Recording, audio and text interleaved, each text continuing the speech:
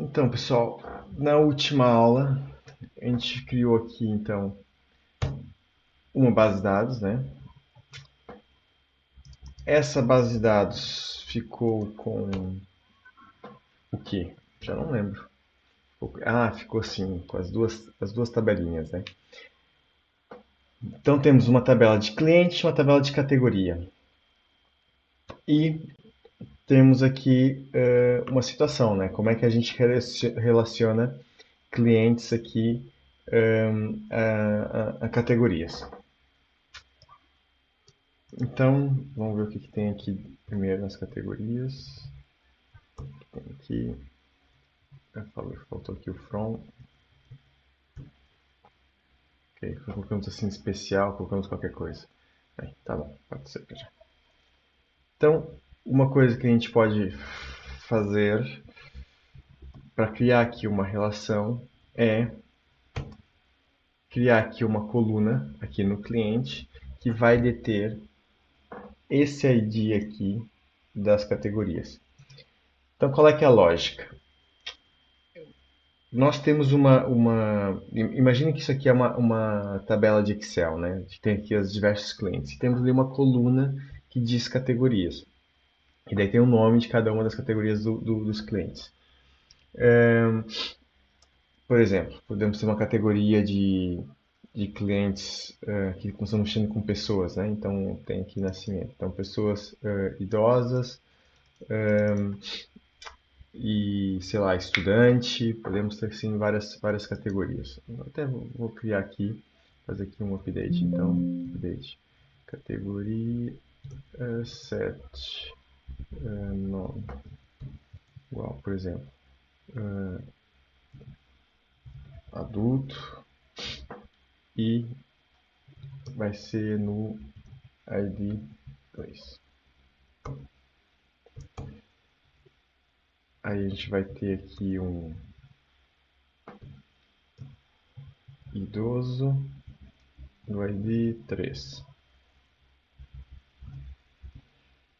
Podemos ter criança também, né? Ontem foi o dia das crianças, então criança no ID 4. Olha, já estou. Como é que se diz? Deficiente? Ou especial? Não sei qual é o melhor termo. Vou deixar deficiente mesmo. Sou um pouco ignorante nisso.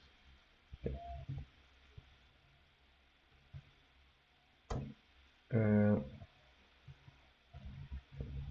Cadê? Categoria.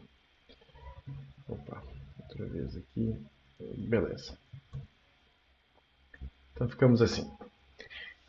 Então cada um desses clientes vão estar numa determinada categoria, né? Então a gente tem que criar aqui uma relação. A gente usa então esse número numa nova coluna.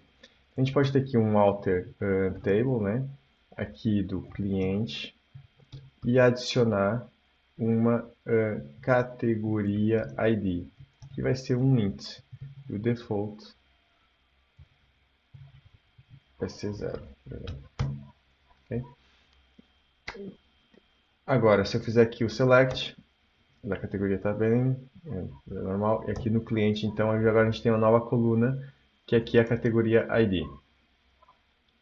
Bem, deixa eu fazer aqui diferente. Deixa eu pôr o ID, nome e categoria ID. Então, qual é que é a lógica? Agora, a gente pode associar um número desse ID aqui para cada registro. Então, é outra vez aqui o update, onde a gente então altera o categoria ID, por exemplo, nesse caso vou pôr o primeiro como 2, vai ser no ID 2, da categoria 2,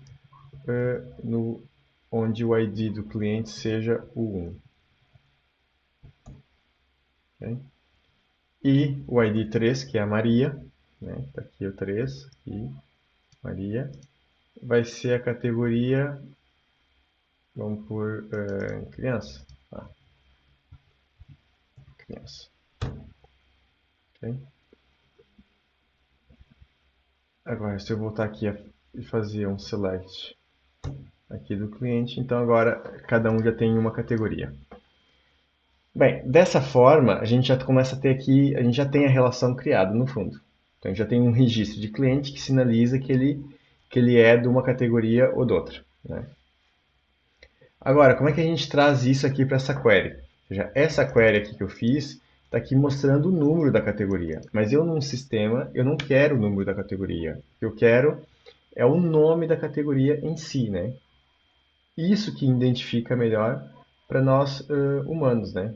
Até agora essa relação aqui numérica é interessante, mas quando a gente apresenta os dados, normalmente a gente não quer, quem visualiza não quer saber desses números, ele quer saber do valor.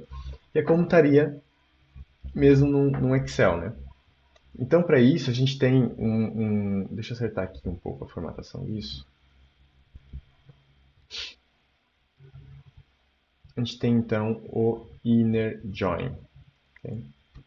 Inner join. Então, aqui no inner join eu digo que essa tabela, né? Essa tabela, deixa eu quebrar aqui a linha, deixa eu ver se funciona aqui. Ah, inner join, não curto isso. Deixa eu fazer certinho, para ficar mais legível. Aqui, quebra aqui, ok?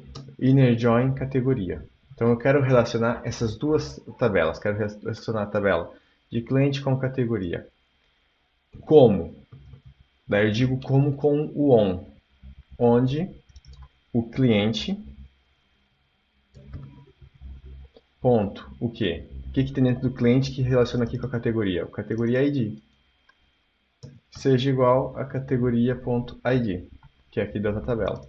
Então aqui nesse on a gente relaciona bem as duas tabelas diferentes e as colunas que elas sintonizam, né? Que elas têm os dados cruzados. Então que é o ID da categoria é o campo categoria ID do cliente. Dessa forma, agora estraguei a coisa. Aqui. Dessa forma, vamos ver o que acontece. Vamos ver se funciona. Okay. Agora deu aqui um problema, né? Ou seja, esse ID é duvidoso. Pode ser tanto do cliente como pode ser da categoria. O mesmo acho que vai acontecer com o nome. Então a gente tem que dizer que o nome e o ID de quem são essas colunas. Então aqui vai ser a do cliente, aqui vai ser a do cliente, e agora aqui a categoria eu posso fazer categoria.nome. Okay? Então agora eu tenho aqui o nome do cliente e o nome da categoria. Isso, ali duas colunas nome, não é muito sugestivo, né?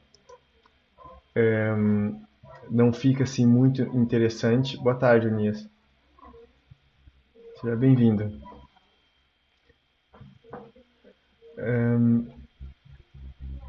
Então, o que acontece? Aqui, o nome da categoria assim, não é muito sugestivo. Nós não sabemos quem que é o nome do cliente e quem que é o nome da categoria. Então, a gente pode fazer lá o alias. Aqui, categoria. E aqui, as cliente. Okay? A gente pode pôr entre aspas também, é um pouco indiferente. O aspas é mais quando a gente mexe com palavras que são reservadas aqui do Postgres. E agora a gente já mudou então aqui o título aqui em cima e fica cliente categoria e fica mais claro o que é uma coisa e o que é outra. Ok? Alguém já tinha feito uma relação desse tipo? Já tinha visto isso em algum lado?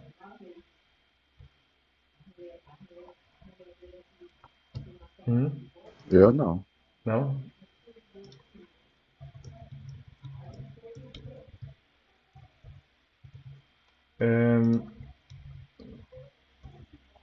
Então, já assumo que o resto também não viu, né? Se alguém viu, tinha se pronunciado. Então, vamos fazer o seguinte. Eu tenho aqui uma outra explicação. Deixa eu ver aqui. Exato. Deixa eu partilhar aqui com vocês. Em vez dessa.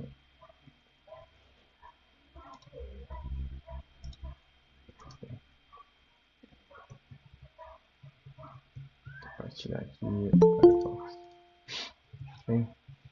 Então, olha, Luciana.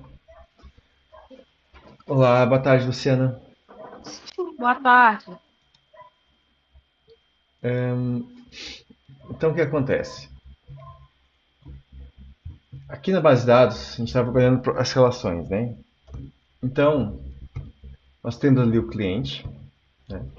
Tem os seus IDs, e depois nós temos aqui encomendas. Então, a lógica aqui é um pouquinho diferente, tá bem? A gente vai estender já para essa estrutura, para ficar aqui semelhante essa apresentação. Então, ou seja, são duas tabelas diferentes, onde então nós temos uma coluna que representa os dados de outra coluna em outra tabela. Então, esse cliente ID a gente chama de chave estrangeira, que aqui o conteúdo dessa coluna vai ser IDs de clientes. Então, a gente olhando para um registro de encomenda, a gente vai saber qual é que é o cliente dessa encomenda. Assim, a gente não tem que repetir os dados todos do cliente nessa tabela de encomenda. Então, a gente amarra assim. Portanto, acaba por ser uma importação dos IDs do cliente para dentro dessa coluna aqui nas encomendas. E assim a gente pode ter outro registro, outra encomenda, que tem um outro cliente ID, que por sua vez também tem o seu ID de cliente. E assim vai. Então podemos ter o que? Nesse caso, o que está querendo representar melhor é que o mesmo cliente, um único cliente, ele pode ter três encomendas diferentes. Okay?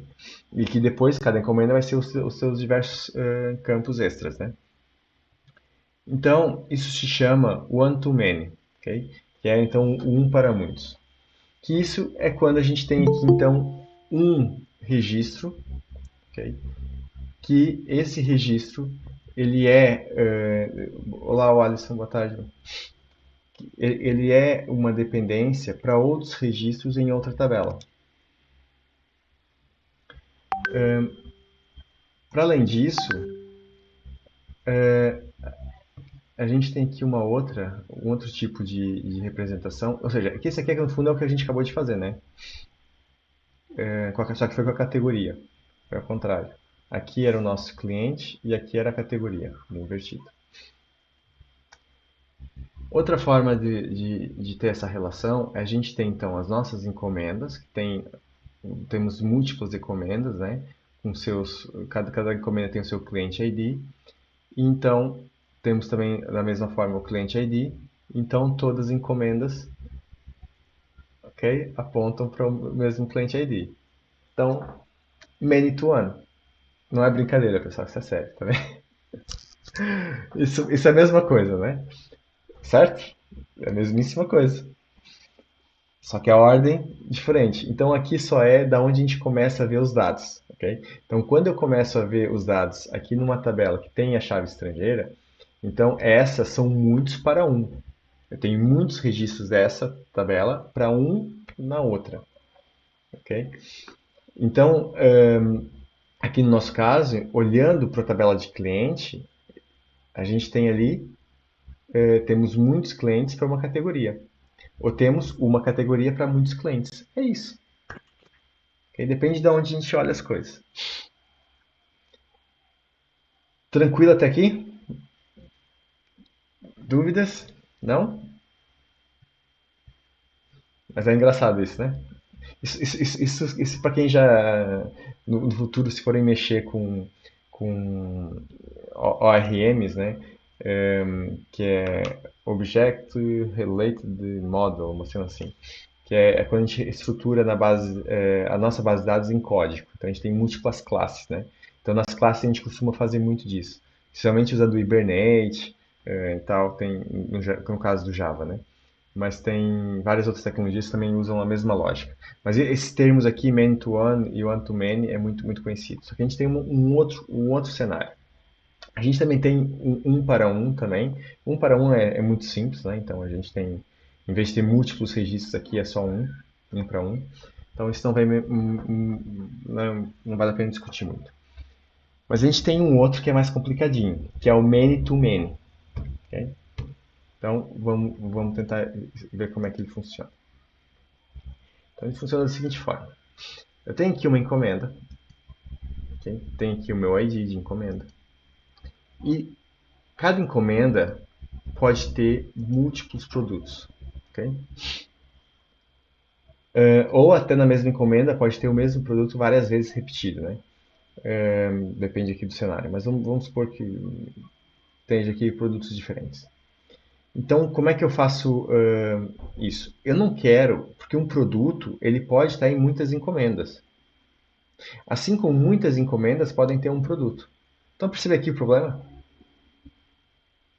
Tá claro isso? Ou seja, não é o caso anterior, que a gente tem um cliente que pode ter múltiplas encomendas, né? Aqui é mais ao contrário. Ou seja, a gente não quer pôr o ID de produto aqui na encomenda. E a gente também não quer pôr o ID da encomenda aqui no produto. Então, para isso, a gente tem uma outra tabela que se chama encomenda produto. Ou produto encomenda, ok? Tanto faz. E nessa tabela, então, a gente vai ter, cada registro vai ter, na tabela, né, vai ter duas colunas, para cada registro poder guardar o ID da encomenda e o ID do produto. Okay? Então, depois a coluna da encomenda ID vai ter o ID estrangeiro ali da encomenda e o produto ID também, a chave estrangeira ali do produto. Okay? E assim a gente pode ter múltiplos registros nessa tabela, então, que no fundo faz aqui esse relacionamento para os dois lados. Okay? Então, assim a gente pode ter o tal many-to-many, okay? Muitos para muitos. Essa forma aqui é um pouco mais, pronto, um pouco mais talvez difícil de se compreender no início, mas ela é muito útil em alguns casos. Porque nós temos mesmos casos desses que a gente não quer ter essa relação assim exata aqui para o pro produto, né? E nem aqui ao contrário. Então a gente quer ter aqui a parte. Isso por quê? Vamos elaborar aqui um pouquinho mais. Imagina que eu tenho o registro da encomenda, que é, por exemplo, os dados globais da encomenda. Aqui vai ter o total, que vai ter para qual cliente que é, e aí vai ter sim esse tipo de dados. A data que foi feita a encomenda e por aí fora. Bem, aqui nesse encomenda produto, então a gente consegue ter uma extensão da encomenda, onde vai ter a listagem dos diversos produtos que contém dentro da encomenda. E aí podemos também ter os preços de cada um dos produtos. Ok? Então seria como se fosse a encomenda sendo algo assim mais global e aqui o encomenda produto o detalhe do que contém dentro dela. Como se fosse aqui o cesto da encomenda, né? O que está lá dentro. E a encomenda aqui, no caso, a envelopagem, o contexto ali do cesto. Tranquilo? Então, se tiverem alguma questão, aproveita. É, nesse caso, então, tipo assim, se eu quisesse pegar todos os produtos de uma encomenda, então, no caso, eu iria nessa tabela encomenda produtos, aí pesquisaria pelo ID da encomenda e só analisaria os IDs dos produtos. Exatamente. Ou seja, tu tá já falando, já tá teu o raciocínio, Gabriel, de acordo com a query, né, do InnerJoin. Seria isso? Isso. Como é que tu vai chegar até o produto, né? É. É isso mesmo. É essa a lógica. Ah, Exatamente tá. isso. Então, também podemos fazer o inverso, né? Queremos saber quanto o determinado produto ele está em quantas encomendas, né? Quantas vezes ele foi utilizado. Né? Dá para a gente brincar aqui com muitas formas. Ok? Mas o mais importante, pessoal, em base de dados é como a gente armazena os dados, a estrutura, como é que os dados vão ficar, né?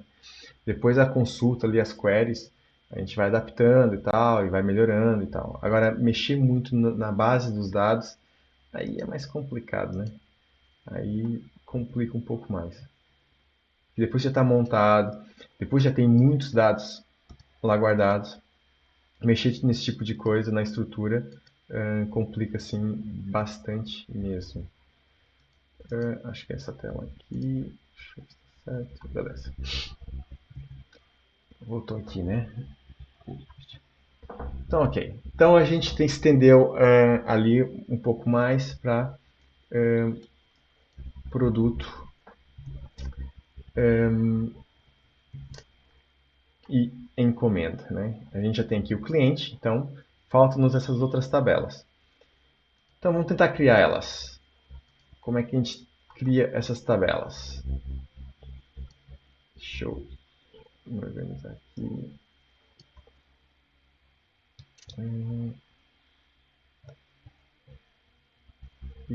Não lembro.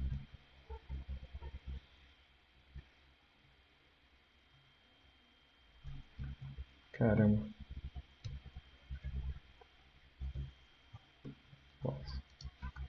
Ok. Então lá. Create table. Então aqui vai ser encomenda, né? E aqui vai ser um ID. Ele vai ser o quê? Um serial. Deixa eu pôr aqui também isso. Primary key. Depois, a gente podia também ter aqui a data, né, da encomenda. Não, aqui não tem nome. Aqui vai ter um cliente. Cliente ID, que então vai ser um int também.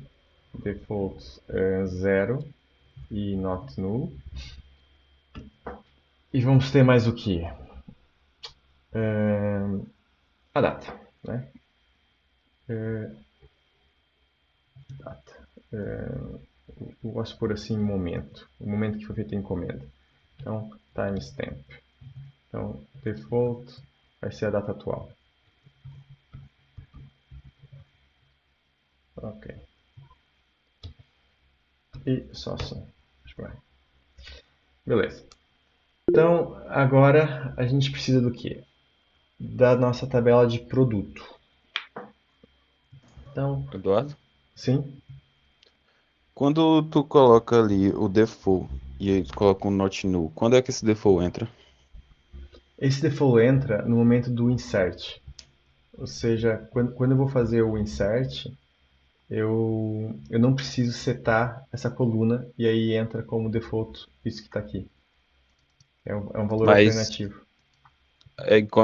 no caso se eu não colocar nada. Exatamente. Mas não é E colocar pra que nada. coloca o not null? Ok, aqui acaba por ser até redundante. Ok? É porque assim, isso é um pouco mais tricky. É uma boa pergunta essa. O que acontece? O padrão vai ser zero. Só que se eu não tiver not null, então nada me impede eu ir ali e fazer um update para null. Okay? Ou até um Ah, insert com null. entendi. O not null nunca vai deixar que essa coluna seja null. Okay? Na Entendi. verdade, também nunca deverá ser zero. Aqui deverá ter sempre o ID de um cliente. Pessoal, esse aqui a gente podia ter uma chave estrangeira mesmo, fazer aqui uma constraint, que é amarrar aqui mesmo, que só pode entrar nessa coluna um ID correto da outra. Só que isso, a nível de base de dados, é o mais correto. A nível de desenvolvimento é um pouco questionável, porque isso amarra um pouco o desenvolvimento. Tanto que no Netuno, também o Netuno não faz essas constraints. Okay? Ele é feito assim de forma meio gerida por ele internamente.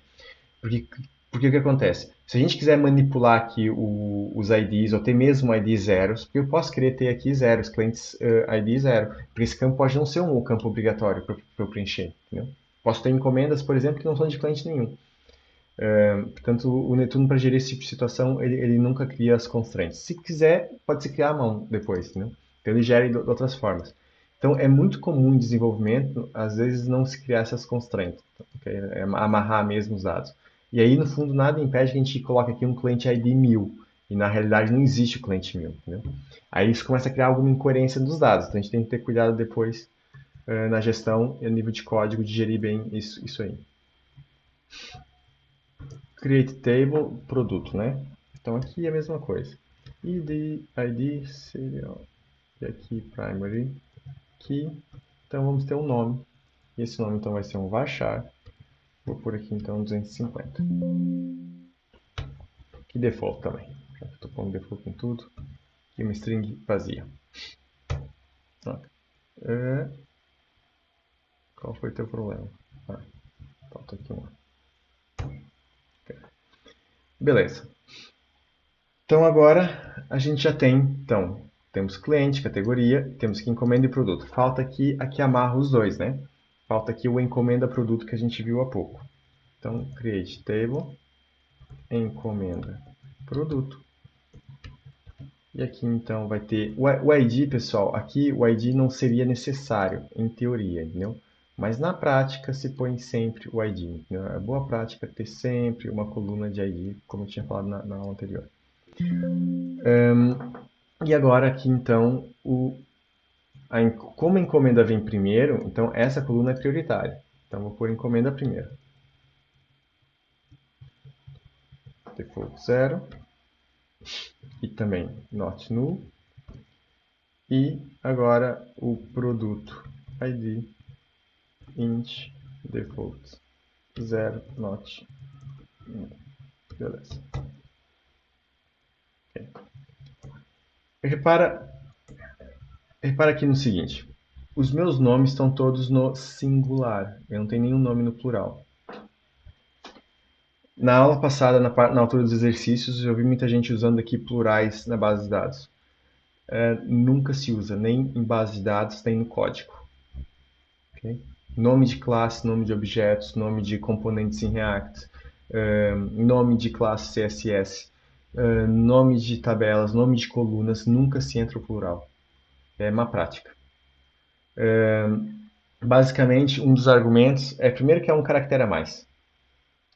Aí depois, a gente em português tem os corações, né? Daí muda a última letra para ES. Isso depois no código começa a ficar meio confuso, né? Aqui não temos nenhuma situação dessas, mas seria outra, sei lá, não está me ocorrendo nada. Construção, né? Seria construções e tal. Então, no geral, não se usa plural em código. Tá bem? Isso é uma regra mesmo, pessoal. Muita atenção a isso. Tá bem? Isso é uma questão de ter o código homogêneo. Se a gente tem um programador que está usando muito coisas com plural e outro não, aí complica. Quando a gente tem um array em código ou uma lista, aí sim a gente usa um S. Né? Aí sim entra o plural. Só mesmo quando a gente tem mesmo um array. Porque aqui a tabela, no fundo, nada mais é como se fosse um objeto também. É uma coisa específica. Não é o nome da tabela não é os registros. É o nome da tabela. É o nome do cesto onde eu vou ter. Vou ter aqui encomenda. Né? Onde eu tenho as encomendas dentro, mas o tema, a temática é encomenda. Tudo que for encomenda vai vir para aqui. Então, o nome da tabela aqui no singular. Então, a gente já tem dados em cliente, temos dados em categoria, agora não temos nada aqui nessa tabela do produto, nessa tabela aqui de encomenda produto, nem nessa. Então, vamos começar aqui por essa. Ok. Select, pegou ainda o outro lá de cima. Okay. Insert. Bem, agora a gente tem que saber aqui qual é o ID, né? Eu vou complicar um pouco, porque a gente já teve a última aula, né? Então agora o assunto aqui é um pouco mais avançado. Então eu vou evitar aqui algumas coisas básicas. A gente tem dois clientes. Aqui temos o Antônio e a Maria, né? Então eu posso fazer assim. Insert into. Deixa eu pôr aqui em minúsculo para manter aqui o padrão. Insert into. Então, encomenda. Eu não preciso dizer o ID, porque o ID é um serial, ele já automaticamente preenche. Aqui o momento também eu não preciso inserir nada, porque automaticamente já tem lá o default que eu pus o current time stamp, né? Então eu só preciso dizer aqui o client ID. Qual é que é esse client ID?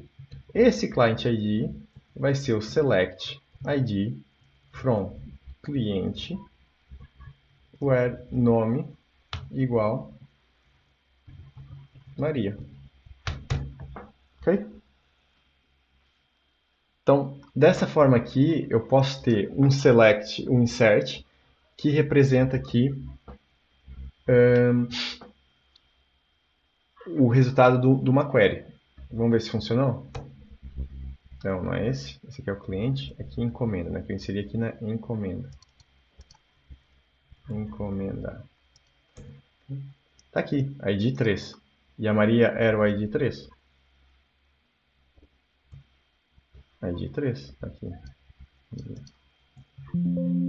Eu posso ter nesse tipo de insert mais colunas. Então, a ordem dos tipos dessas colunas vão ter que ser a ordem também que eu vou ter aqui nesse select, ok? Esse seria uma inserção mais massiva de dados. Por que mais massivas? Porque eu só inseri um, porque eu coloquei aqui esse where. Se eu não colocar nada, então agora já tem aqui dois inserts de uma vez. Quantos registros eu tiver do outro lado, ele vai inserir aqui para mim. Okay? Então já tenho duas encomendas aqui para Maria, né, que era o ID 3, e uma aqui para o Antônio. E posso repetir isso várias vezes, até lá embaixo. Okay?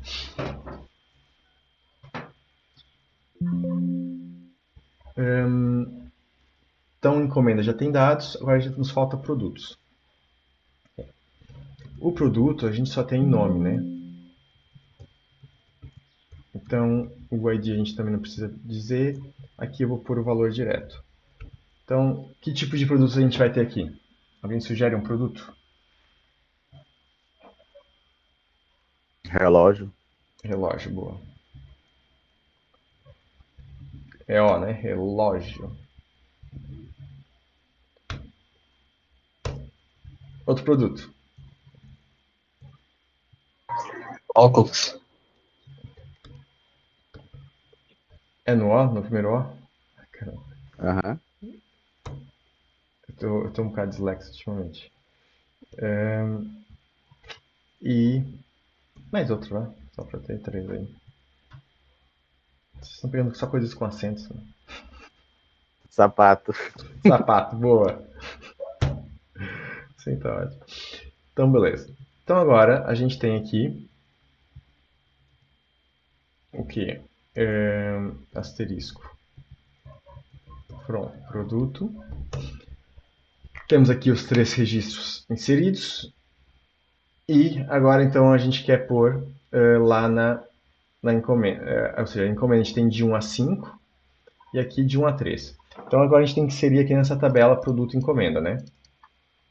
Então, insert int. Então aqui vai ser, era o que? Era encomenda underscore ID e produto underscore ID. Bem, aqui vou pôr assim umas coisas meio chutadas. Então a encomenda 1 vai ter o produto 2. O que faltou aqui? Encomenda insert. Okay. A encomenda 2 vai ter o produto 1, 2 e 3. A encomenda 3 vai ter o produto 3, pode ser. A encomenda 4 vai ter o produto 2. A encomenda 5 vai ter o produto 2. E por duas vezes. Tudo bem. E 3. Olha, aconteceu aqui uma situação boa. Ou seja, por isso que é importante a gente ter a coluna ID. Quer ver?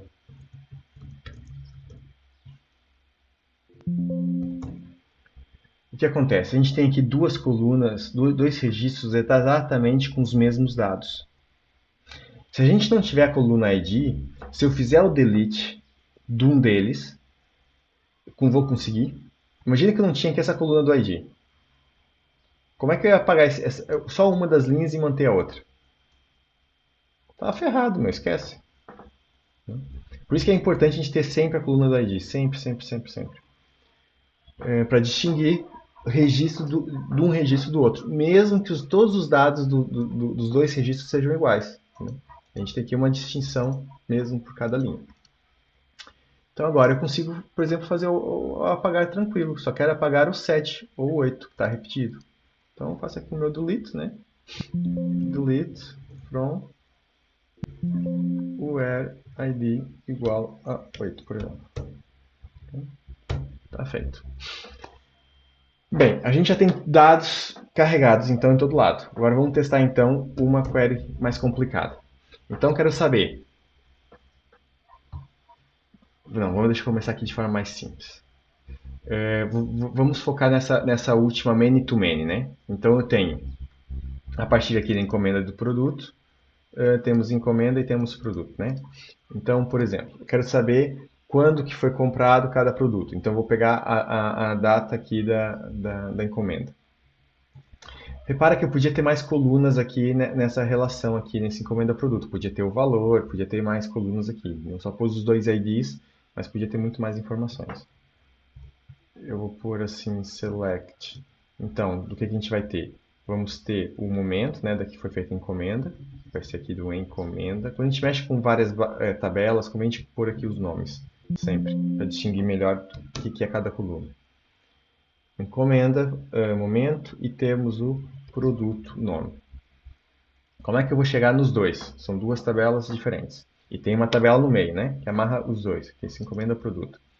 Então, from, essa daqui, inner join, encomenda, on, encomenda id igual encomenda.id e aqui agora vou ter um problema, vai dar erro, certeza, mas tudo bem, depois eu corrijo. E vai dar aqui produto e aqui vai ser o on e aqui já não é encomenda, aqui vai ser o produto igual a produto.id. Então, por que ele vai dar erro aqui? Por causa dos inner joins que eu tinha que estar aqui entre parênteses. Por acaso deu. Boa. Beleza. Só se eu... Ok, certo. Mas não, assim, mas eu não gosto muito desse tipo de indentação. Posso estar fazendo confusão com outro tipo de base de dados, que eu já mexi com muitas bases de dados nessa vida, mas normalmente eu faço assim. Okay? Tenho entre parênteses um inner join, que é para sinalizar que dentro desse parênteses começa esse inner join, começa aqui e termina aqui, e depois vem aqui um outro inner join. Okay? Ficou tudo aqui no mesmo segundo, no mesmo minuto, mas tudo bem. Okay? Então, aqui agora, eu posso fazer aqui algumas coisas. Eu posso, por exemplo, fazer aqui um where nome, por exemplo, porque aqui vou botar, como tem várias tabelas, é melhor dizer produto.nome igual sapato, ok? E vou complementando. Portanto, eu tenho aqui nessa estrutura do from, eu tenho algo mais complexo, como a gente viu na aula anterior, no where a gente pode ter o and ou o or. No from também a gente pode ter coisas mais complexas, ok? Mas nada impede que a gente tenha o restante da estrutura da query, os wheres, os orders, né? A gente pode também colocar aqui um order by, encomenda.momento desk, né, para mostrar o contrário. Botou aqui um N, ok? Pegamos para cima e podemos também fazer outra coisa que eu não expliquei ainda, que é o limite. O que é o limite? O limite vai dizer quantos registros no máximo a gente vai listar. Okay? Então, por exemplo, eu vou pôr aqui um limite de 3. Okay? Okay? Então, agora ele cortou a query. Ele pega 3 registros e corta. Mas vamos supor que eu quero pegar a partir, ou seja, ele listou esses 3 registros, né, e não listou o resto. Agora imagine que eu quero listar esses 3, ou esses 3 aqui. Então, para isso, eu uso o comando que é o offset, que é para dar um espaçamento, para saltar aqui os primeiros registros. Então, eu digo aqui, offset 2. Okay? Então ele já pegou aqui os 6, 4, 6, 9 e os outros dois sapatos aqui seguidos. Então, que é esse aqui, ok? Então ele saltou com o offset, ele pulou aqui esses dois primeiros registros. Então com isso, usando o limite e o offset, a gente consegue ir percorrendo uma tabela que seja gigantesca. Vamos supor que a gente tem uma tabela com milhões de registros. A gente consegue ir percorrendo essa tabela assim. Porque a gente não pode fazer com milhões de registros um select asterisco from essa tabela com milhões de registros. O que vai acontecer? Para listar milhões de registros na tela, vai engasgar isso tudo, né? Vai causar aqui um peso de processamento gigantesco. Então, se usa essa questão aqui do limite e do offset.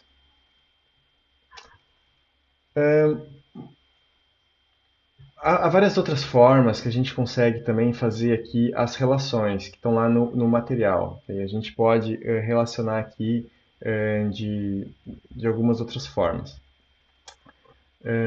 Deixa eu pensar aqui se eu demonstro para vocês. Sim, vou demonstrar aqui. Então, vamos supor agora que eu queria chegar ao cliente, né? Eu queria saber quem é o cliente dessas encomendas. Então, como eu já tenho aqui, repara que eu já tenho aqui, então, a minha encomenda, ok? Então, nada impede que eu acrescente aqui um outro inner join, que eu não consigo adicionar assim agora. Se eu tirar o ponto e vírgula, deixa eu ver se ele dá. Acho que não dá. Era top que desse, mas não dá. Ele salta lá pro fim. Isso aqui tem muitas limitações. Então, deixa eu fazer assim. Vou apagar tudo aqui. Não, peraí. Produto, produto, ID. Pode ser. Ok. Agora aqui, outro inner join, que vai ser para o meu cliente. Então, eu sei que na minha encomenda, eu tenho o cliente ID, né? Então, aqui vai ser on. Pessoal, isso aqui está super mal indentado, né? Mas é porque também estou aqui no terminal. Mas a ideia é mesmo essa, vocês se habituarem a ver assim código bagunçado. Bem, preto e branco aqui no terminal, né? On encomenda. Não, sim, encomenda.cliente ID igual cliente.id. Okay. Vamos ver. Pronto. Ele está dando aqui o erro. Está perto aqui do select inner join produto ali. Será até ponto e vírgula ali do final? O ponto e O vírgula ponto no e- fim? É? Não Assim devia dá ser. certo? Porque Olha só o que no teste aconteceu. Já entendi, olha lá. Eu estou com duas queries coladas aqui. Ixi, que bagunça. Colou duas queries. Podia ter copiado para uma outra que era mais fácil, mas tudo bem. É assim mesmo. E aqui eu ponho agora cliente.nome. Okay. Agora já tem aqui o nome dos clientes. Nome do cliente, momento e aqui o produto. Okay. Esse momento aqui é a encomenda, né? Quando que a encomenda foi feita. Então já amarrei os três. Agora eu quero chegar na categoria dos clientes. Vamos lá? Mais um nível? Vamos lá. Então aqui, inner join, categoria, on, cliente.categoria ID igual a categoria.id. Vamos ver? Listou? Beleza? Então agora lá em cima. Não sei qual é a combinação de tecla aqui para ir para o início da linha, do comando pelo menos. Então aqui, vou pôr a categoria aqui. Categoria.nome. Ok? Então assim, a gente vai ligando assim várias tabelas. Atenção que quanto maior vai ficando esses inner joins, mais pesada, e vamos supor que a nossa base de dados começa a crescer muito, a ter muitos registros, ela vai ficando cada vez mais lenta. Okay? Então, isso vai causando. Depois a gente pode precisar fazer aqui algumas otimizações com índices e tal, mas isso é um outro tema aqui de tuning de base de dados. Mas no fundo, quando a gente começa a ter uma complexidade grande, começa a ser mais pesado. Só que, por outro lado, a gente tem aqui as relações todas por números, né? São os IDs. E o número é eficiente, a base de dados vai encontrar um número. É muito mais pesado para a base de dados fazer o like, né? Quando a gente faz lá no where o like, ele vai ter que analisar o texto de cada registro e vai ser mais pesado. Então, acaba que esses inner joins têm a sua eficiência, mas claro que com o volume de dados também pode complicar aqui um pouco. Existe um outro tipo de fazer aqui queries, que é eu ter, por exemplo, aqui um select, sei lá, cliente.nome, e vou ter aqui por exemplo, um cat. Esse cat vai ser o nome da tabela que eu vou abreviar, ok? O cat vai ser da categoria. E aqui, então, eu tenho a minha tabela cliente. Okay?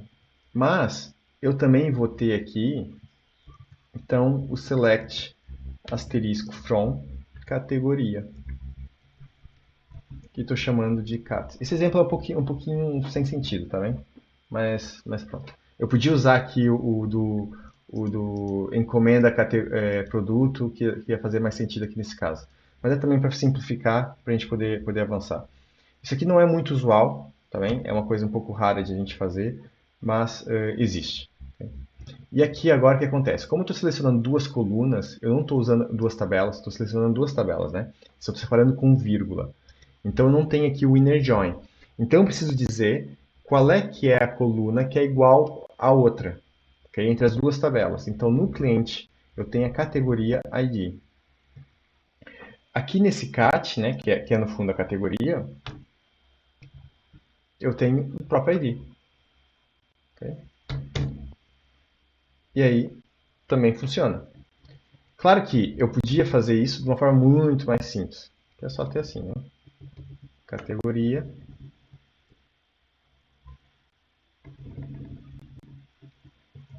Cat. Okay? Também dá.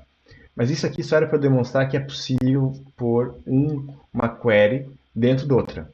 A gente pode ter, assim como eu fiz há pouco, que eu pus o select dentro do insert, a gente pode ter selects, dentro desse select tem outros selects. E aí vai embora.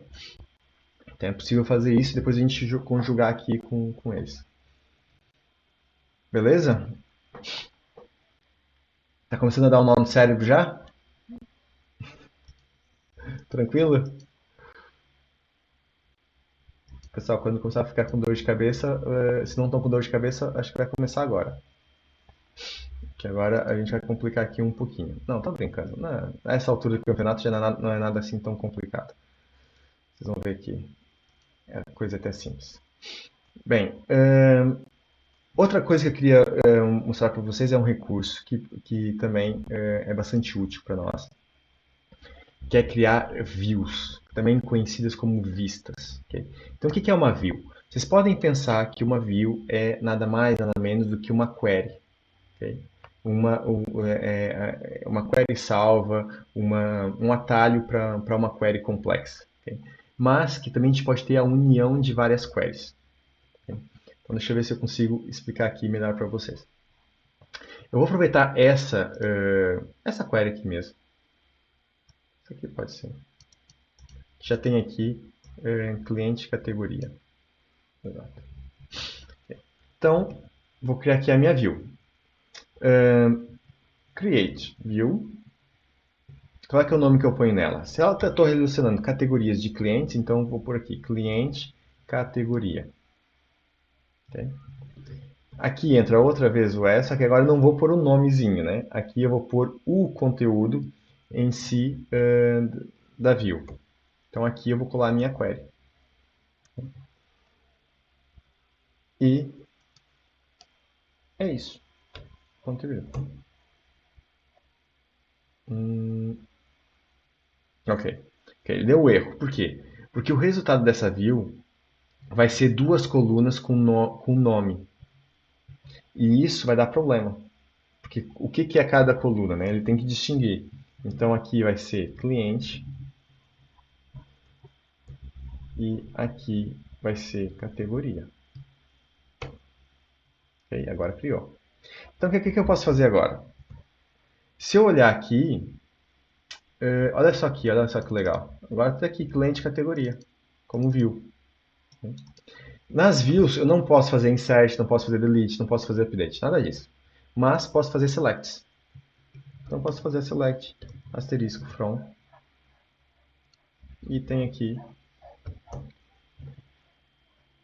a minha query. Então simplifico, né? Eu como se estivesse guardando aqui, salvando como favorito lá aqui uma query. Vamos pegar aqui uma bem complicadinha. Deixa eu pegar aqui uma query mais complicada. Era essa aqui? Olha, acho que era essa. Tinha categoria, encomenda, deixa eu ver. Essa mesmo, olha lá. Então, essa view aqui tem, essa query aqui tem tudo, né? Então, vamos salvar ela.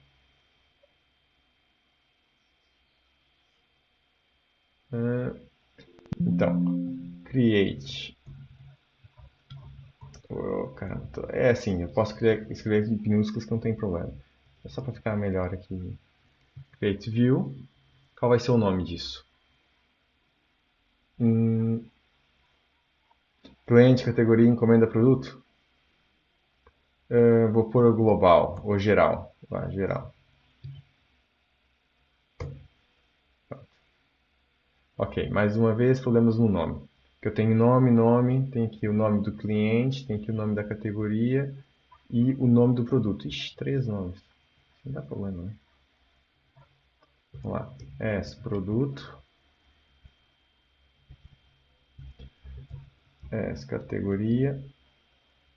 E cliente. Agora criou a view. Então agora você faz select asterisco from geral. Já está. Ok? Simples, né?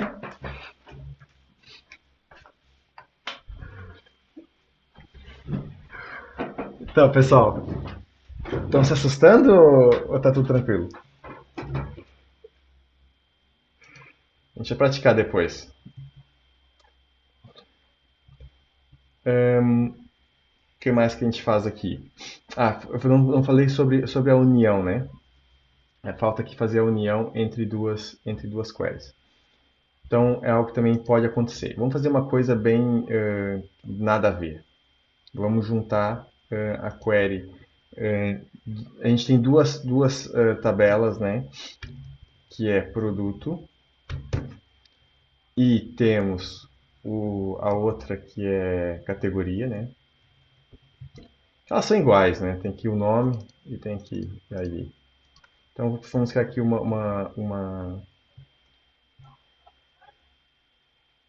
view que vai ter, então, prod cat, esse nome file.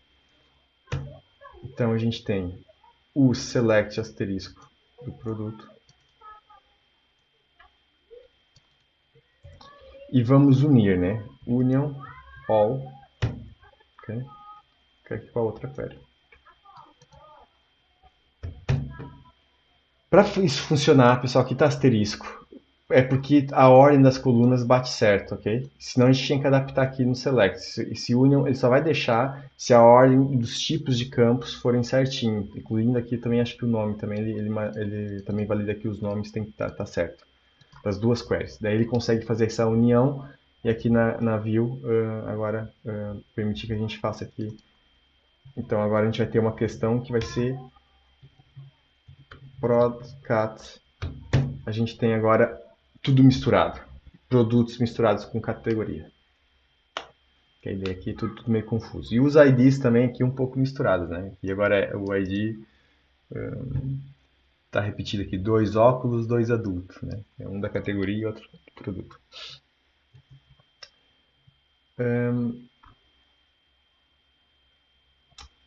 Mais coisas.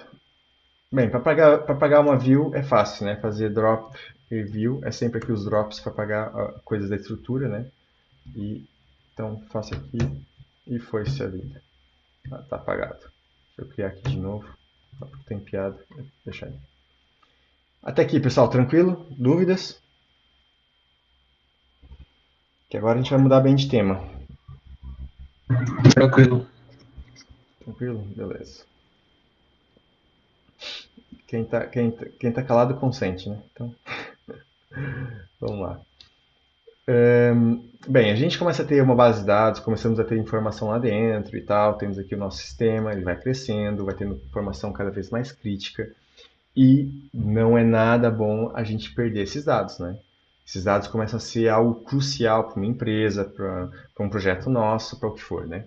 Então é muito importante ter os backups. Então, poder proteger aqui a nossa base de dados. Então, eu saí aqui do PSQL, né? Como é que a gente gera aqui os backups?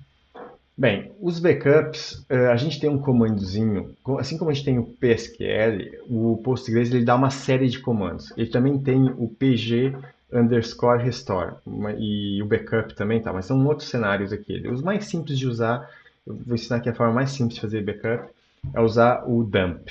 Okay? E o dump é feito da seguinte forma: sudo "-u", okay? Postgres, e aqui pg dump. E agora a gente passa o quê? O nome da nossa tabela.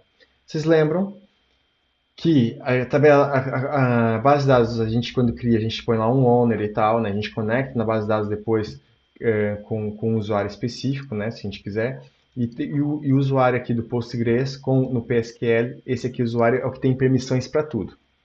Então aqui é a mesma coisa, okay? A gente usando aqui o usuário do Postgres, a gente consegue fazer aqui o backup direto de qualquer base de dados que a gente tem aqui no Postgres. Então eu vou fazer aqui então o faturamento. E a gente não precisa de mais login nenhum, porque a gente está aqui no Linux, né? Então a gente está aqui no sistema, então a gente consegue fazer assim direto. Agora o que acontece? Lembram disso? A gente viu isso lá atrás nas aulas de Linux, né? Pessoal, isso aqui a gente toda hora a gente vai buscar conhecimento lá atrás que a gente já viu, entendeu? Por isso que isso agora vai entrar aqui num ciclo de ressuscitar aqui conhecimentos adormecidos. Como eu estou mexendo aqui com esse comando sendo dado com o usuário do Postgres, então ele não consegue escrever, por exemplo, nessa minha pasta desse meu usuário. Okay? Porque ele não é um root. Esse usuário de Postgres é um usuário limitado de sistema. Okay? Então, uma boa forma de a gente contornar essas limitações de escrita é mandar escrever então todo o dump, escrever então para um arquivo aqui na pasta TMP, que são aqui, essa pasta TMP de sistema é aberta para qualquer usuário escrever, né? Então aqui a gente coloca, por exemplo, aqui um faturamento.sql. Por que SQL? Porque dentro desse arquivo vai ter os comandos SQL para recriar a nossa base de dados. Okay? Então, opa, Escreveu errado, faturamento. Faturamento. Nova palavra no português. Ok, pronto. Então, o que acontece agora? Se a gente fazer aqui um vim, essa tabela, essa base de dados não é gigante. Se fosse gigante, eu já ia ter problemas aqui com o vim, né? Então a gente consegue ver aqui informações, qual é a versão do Postgres e tal. Então aqui tudo, olha aqui os creates table. Tá vendo? Os alters, owner, tá vendo? E vai embora.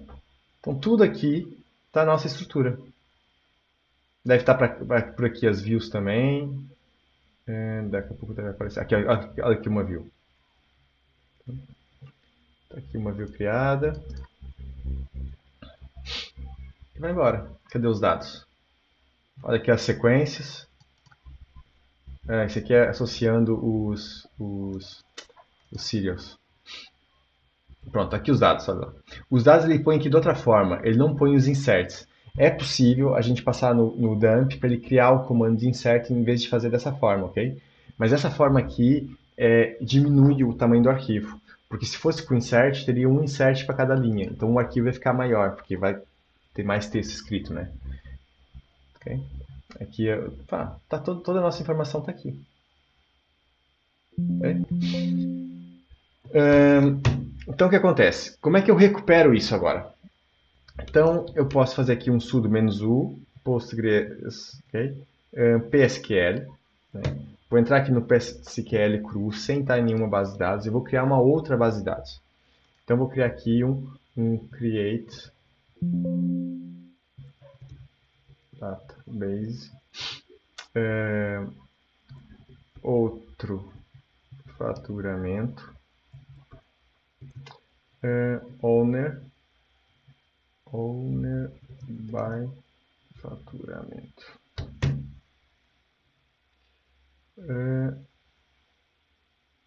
Não era faturamento que eu tinha? With, não, tá errado aqui.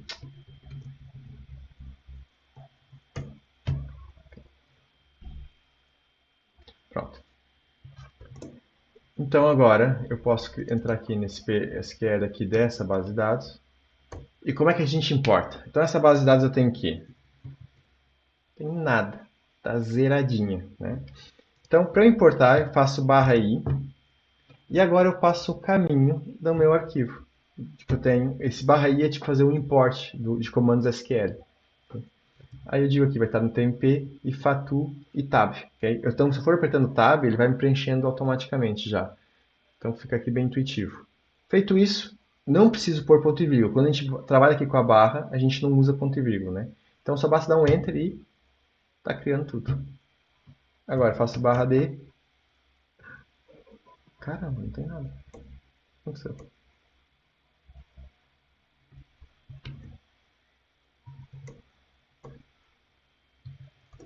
Ah, já tem. Ok? Ué, Por causa da sessão, como criou muita coisa massiva ali na mesma sessão, a gente podia depois, se soubesse o de core, ele ia funcionar os selects. Mas reconectando, ele reprocessa. Nossa, meu computador ia voando agora. Cara, eu tenho isso aqui preso por arames. Caramba, peguei no ar ele.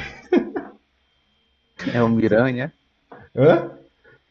É o Miranha, esse reflexo? Não entendi. É o Homem-Aranha com esse Ah, reflexo. sim. Meu, eu tenho que ir uma gambiarra para dar aqui a altura no computador. Uns Tupperwares, umas caixas, mas pronto. Funciona. Pá, não estou em Portugal lá no meu escritório, mas tô de boa. Select asterisco from. E agora aqui, o que a gente tinha? O geral, né? E vamos ver se tem informação toda, que aqui a gente via se tinha tudo, né? Tá aqui tudo. Ok?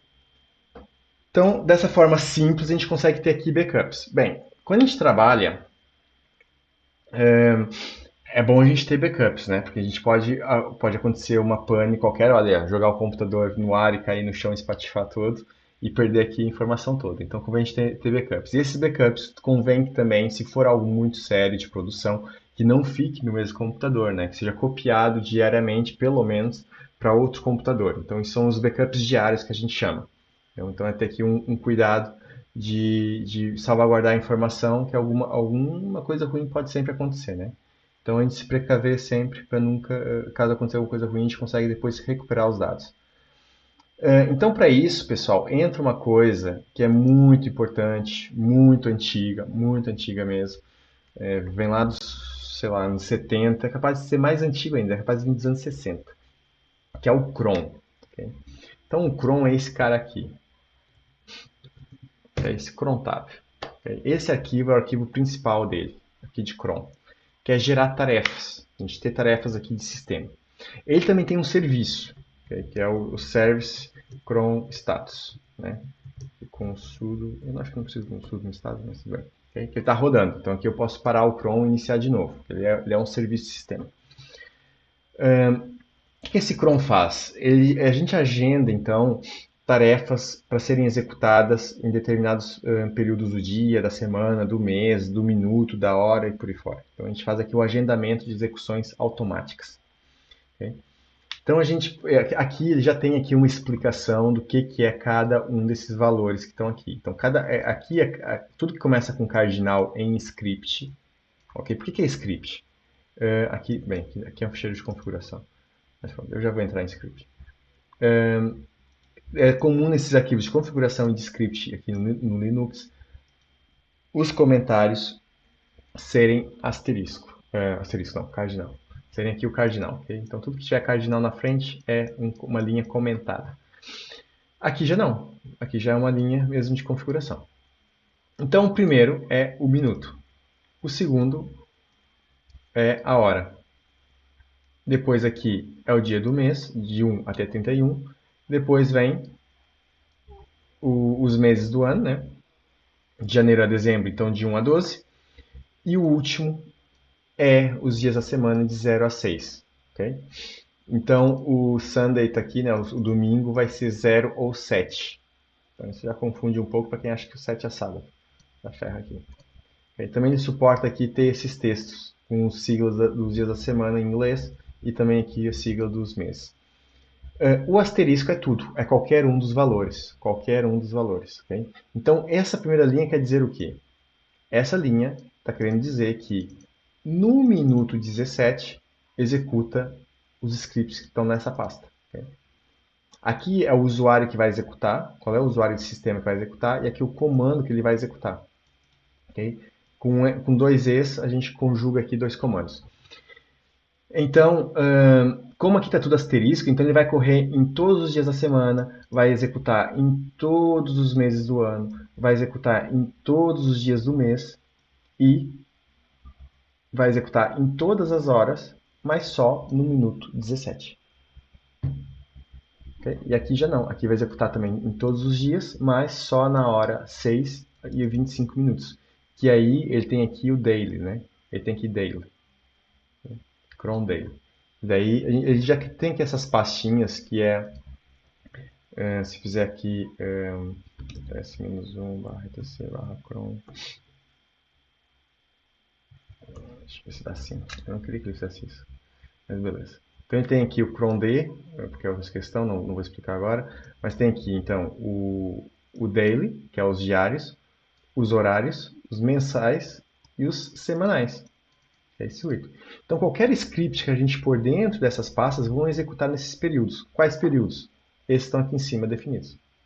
Okay? Então, esse nome aqui é só para dizer que vai correr diariamente. Diariamente, que horas? Então, é ver aqui, às 6 horas da manhã e 25 minutos. Esses arquivos que estão verdes, eles têm permissões de execução. Okay? Vamos lá. cd, né, aqui nessa pasta. Então, ls-rat, né, que a gente costuma usar. Então, está aqui tudo com xzinho, olha lá o x. Então, todos eles têm permissão de execução. Se a gente vê um arquivo desses, deixa eu ver aqui esse mandb. Okay? Olha só como ele começa. Ele começa aqui com esse cardinal. Esse aqui é um comando, é um script de sistema, que a gente vai criar um daqui a pouco. Isso aqui parece complicado, tá bem, pessoal? Mas não é. Isso aqui tem if e tal, é assim que é feito no bash. Não, aqui é o sh. Mas, no fundo, ele suporta, a gente pode pôr comandos direto do terminal e também funciona. Até que os mais se usa. Execute também é um comando de terminal e por aí fora. Aqui se instala também. Isso aqui são tudo comandos de terminal. Aqui o find, olha o find aqui. Tá até entre aspas, para ter aqui múltiplas linhas. E aí vai embora. Aqui outro e tal. Então a gente pode pôr nesses arquivos diversos comandos para serem executados. Então, a gente pode fazer uma coisa, né? Que é programar um backup. Mas basta a gente pôr aqui nesse daily, a gente já programa aqui um backup. Então como é que a gente pode programar aqui um backup? Se eu fizer outra vez aqui cadê o meu backup? Esse cara aqui. Se eu fizer executar outra vez, eu estou substituindo o conteúdo do arquivo, né? Por aí vai. Então é interessante quando a gente mexe com backups ter a data, no caso de ser diário, né? A gente não precisa da hora, mas pelo menos a data de quando esse backup foi feito. Então a gente pode pôr aqui um comando. Com esses dois acentos aqui, a gente injeta um outro comando de terminal. Okay? Então vai ser aqui o date.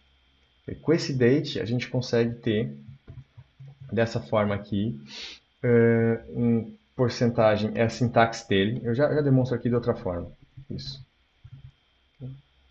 E aqui é minúscula shell e porcentagem d. E é isso. Okay? Vamos ver agora. ls -rato barra tmp fatura asterisco. Vamos ver o que ele criou. Ok, criou aqui com a data certinha. Okay. Se eu pegar nisso aqui que eu pus aqui dentro desses dois acentos e colar aqui no meu terminal, ele dá como output a data. É só isso. Então isso aqui é um comando, nada mais é do que um comando de terminal. Só que injetado aqui num outro comando. Só que com aqueles acentos ele injeta, na verdade, o output do comando, ok? Ele vai executar esse date primeiro, pegar o output e usar aqui para construir então o caminho do arquivo. Então, esse cara aqui pode ser o nosso script de backup. Então, aqui eu vou criar aqui um backup db faturamento. Ok? E aqui vou pôr, então, há vários motores de script de terminal. Tem o SH, tem o CSH, tem o ZSH que a gente está usando também, né? Que o pessoal já instalou. E tem o Bash. O Bash eu uso bastante. Eu uso bastante porque esses já vêm sempre instalados nos Linux. Ok? E coloco ele assim. Só isso. Só que eu vou mudar aqui a pasta. Ok, eu não posso escrever. Ok, então eu vou escrever para onde? O TMP. Como é que era o nome que eu tinha dado? Backup DB faturamento.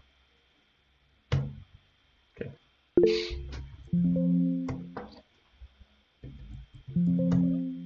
Agora sim, sudo mv tmp backup db faturamento para cá. Agora tem que dar permissão de escrita. De escrita não, mas permissão de execução, né? E aqui nesse arquivo, então, o backup faturamento, agora pode escrever. E assim ele vai ficar verdinho como os outros. Pode escrever, pode executar. Pode executar, ok? Verde executar. Alguém falou alguma coisa? Eu vi aqui um barulhinho. Não, deve ser alguém que tem saído. Beleza. Então, deixa eu fazer aqui outra coisa. Aqui, a gente pode pôr numa outra pasta melhor, né? Não é muito bom, mas no caso dos backups, é algo muito importante. Vou pôr aqui na raiz do sistema mesmo. Ok? Então, vou criar aqui essa pasta na raiz, que não é boa prática. Nossa, tudo bem? Me perdoem. Ok, aqui com sudo. Ok, agora a gente tem aqui backup. E dentro do backup, a gente tem nada. Se eu executar agora aqui o arquivo, né, por quê? Ele está aqui nessa pasta. Se eu pôr ponto barra antes, então quer dizer que quero executar o arquivo que está nessa pasta. Se eu não tiver aqui esse ponto barra, ele vai assumir que é um comando global, okay? Daí não vai funcionar. Então, se eu pôr aqui, ó, comando não existe esse comando. Mas se eu executar aqui ponto barra, aí já vai. Bem, deu meleca. Okay? Deu meleca por quê? Permission denied. Por que permission denied? Porque eu estou executando aqui com o usuário do Postgres. Então, vou mudar a permissão da pasta Postgres. Postgres. O grupo também vou pôr do Postgres na pasta backup. Okay? Então, muda aqui o owner. Tem que ser com sudo. Então, mudei o owner. ls-rato barra.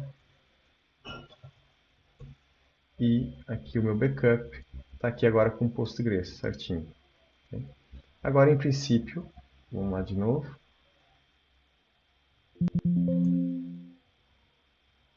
Em princípio, agora eu posso...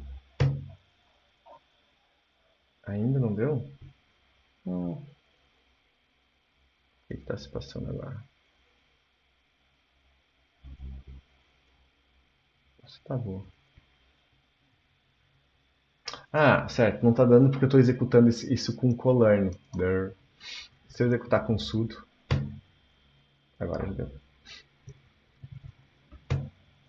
Ok? E aqui está o faturamento criado. Menos rato. E está aqui. Ficou com o usuário do root. Então, se calhar nem era preciso. Ou seja, como eu já tenho aqui nessa pasta do daily, então já funciona. Okay? Mas vai funcionar, ou seja, agora, às 6 da manhã do dia de amanhã, eu venho aqui e vejo se fez o backup corretamente. Eu vou deixar isso aqui rodando, vou deixar assim. Vamos ver daqui umas aulas quantos backups a gente vai ter aqui. Vamos ver se vai funcionar. Só fazendo isso. Outra coisa que a gente pode fazer, então, também seria eu pegar aqui no meu cron tab e inserir aqui uma linha. Eu não pus o sudo, né? Ele está aqui alertando. Mas beleza. Então eu ponho aqui e digo qual é o comando que eu quero executar. Sei lá. o meu script, né? O caminho do meu script. Ok? E aqui agora eu configuraria, então, quando que eu quero executar esse meu arquivo. Então, eu quero executar às 16 horas, ok? Em ponto, todos os dias. Ok? Então, seria algo assim. Mais coisas que a gente pode fazer com scripts. Bem, a gente tinha lá uma query complicadinha, né? Vamos ver se a gente consegue recuperar aqui a query. Aliás, antes disso, eu vou fazer aqui um exemplo mais simples, que é como a gente consegue gerir aqui o PSQL diretamente aqui no terminal. Por exemplo, sudo "-u postgres psql", e a gente pode então dizer qual é a minha base de dados, né? Eu vou pôr aqui a do faturamento normal, a nossa primeira base de dados. Então aqui no "-c" eu posso passar um comando lá para dentro do PSQL. Então quero um select asterisco from produto. O ponto e vírgula aqui não faz diferença, mas beleza.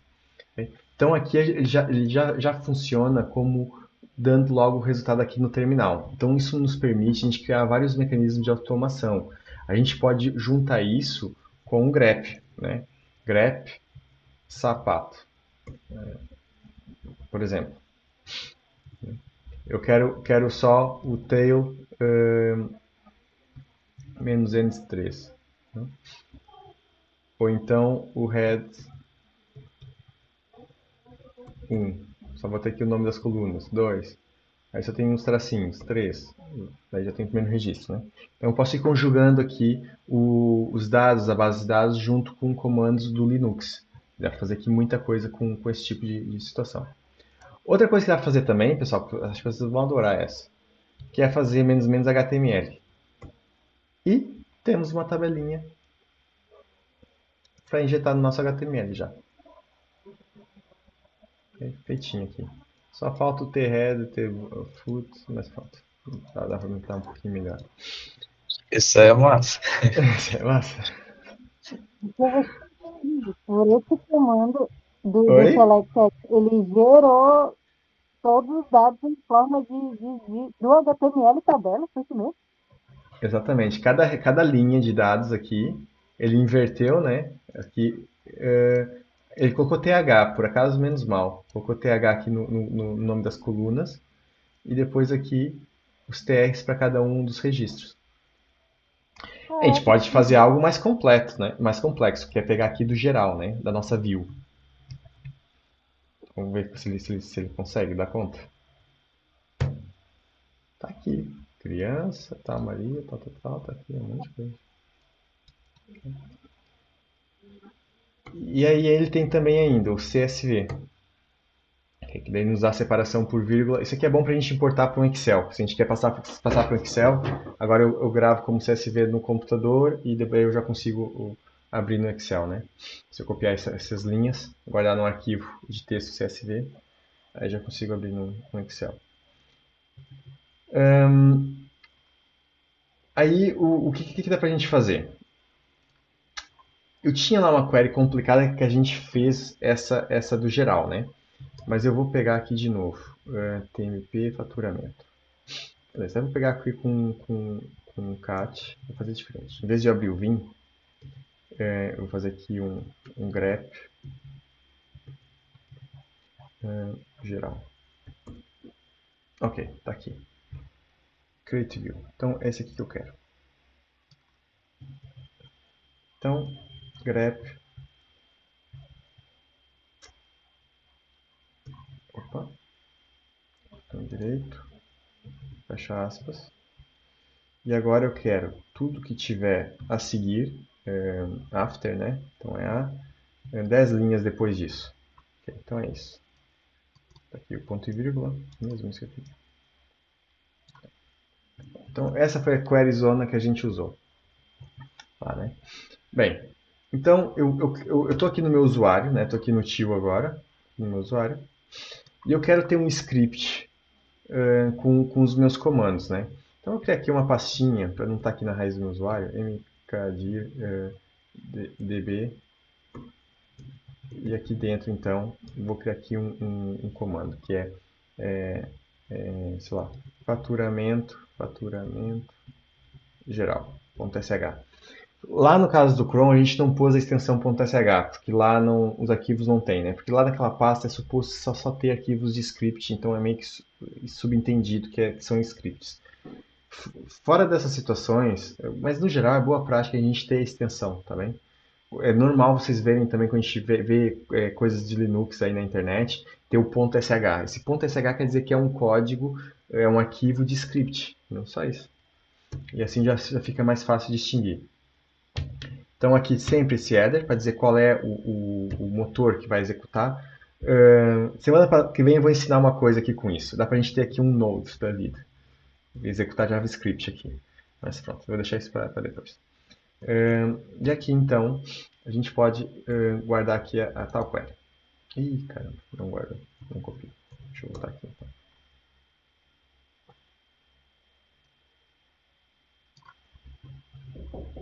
Ok. Então, aqui a gente vai, cola aqui e deixa eu pensar exatamente. Aqui então a gente vai ter que ter o sudo, -u, Postgres, aquela coisa toda, né? Sudo, -u, Postgres, PSQL. E aqui qual era a base de dados? Faturamento, né? E o "-c". Esse "-c" aqui, começa as aspas, vai vir então o nosso comando todo. Okay?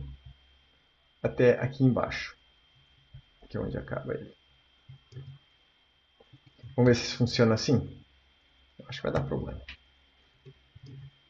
Dá permissão de escrita. E agora executar ele.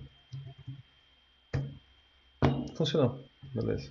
Por causa eu pensei que ia dar problema, porque uma coisa que podia ser preciso, pessoal, é fazer aqui uma coisinha que é... Como a gente tem aqui múltiplas linhas, colocar aqui a barra no fim. Essa barra invertida. E normalmente é preciso pôr essas barras assim. Mas aqui a coisa funcionou bem. Ele deu até as cores certas, portanto podia ser mesmo que funcionasse. Então isso quer dizer o quê, pessoal? Se eu entrar agora aqui no meu usuário, tem aqui uma nova seção de Linux, né? Comecei tudo de novo, do zero. E caramba, eu queria ver na base de dados como é que era lá, aquela relação das tabelas todas. Ah, pois é, tem aqui meu script, né? Como é que é? Faturamento. Oxe, faturamento geral. Esse aqui. Executo, já tem tudo. Então começa a criar comandos aqui para agilizar o meu trabalho.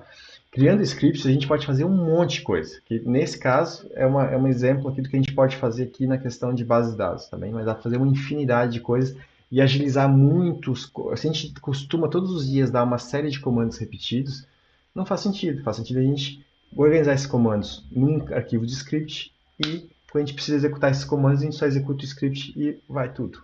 Okay? Como eu defini aqui o caminho dentro de uma pasta, aí eu não precisei pôr o ponto barra, porque não está na minha pasta, está dentro de outra pasta. Então, quando é o caminho assim do script, aí executa bem. Okay? Há uma forma, só a nível de curiosidade, se eu colocar aqui no usr local bin, okay? Se eu mover esse script para lá, vou copiar, aliás, sudo cp e vou gravar ele aqui dentro.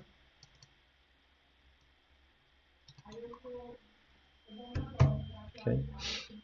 Agora, pessoal, eu posso fazer o comando direto. Com qualquer usuário do Linux, okay, funciona. Qualquer pasta bin que a gente já falou lá atrás, né, a gente pode ter comandos adicionais. A gente pode criar novos comandos para nós. Okay? Mas, claro, eu não gosto muito de fazer isso com coisas assim muito customizadas e tal. Só mesmo coisas assim muito... comandos mesmo, muito úteis. De resto, é ter assim, uns scripts assim, numa pasta que já diz o que ele faz, né? Aqui da pasta db ajuda a dizer o que ele faz. e depois aqui dentro então ter o meu script dos meus comandos. Ok? Então essa forma aqui de usar o SR local bin, não. E eu digo aqui o local, e devia ser até no SBin, okay? Que é tipo uma extensão.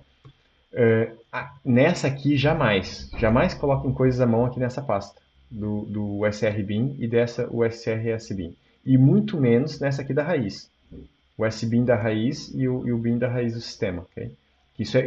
São gestões muito do Linux. E aí, dentro do local aqui, é onde permite que a gente coloque as nossas customizações se a gente quiser. Né? Eu vou te remover. Não fica lá. Beleza? Foi aqui vários teminhas. Essa parte aqui dos scripts, ficou claro, pessoal? Alguma outra dúvida? Lembraram aqui de alguma situação? Tranquilo? Então, se está tudo tranquilo, a gente faz então a nossa pausazinha de 15 minutos, né? Então a gente volta aí aos 45, para depois fazer a nossa atividade em grupo. Beleza? Até Beleza. já então, pessoal.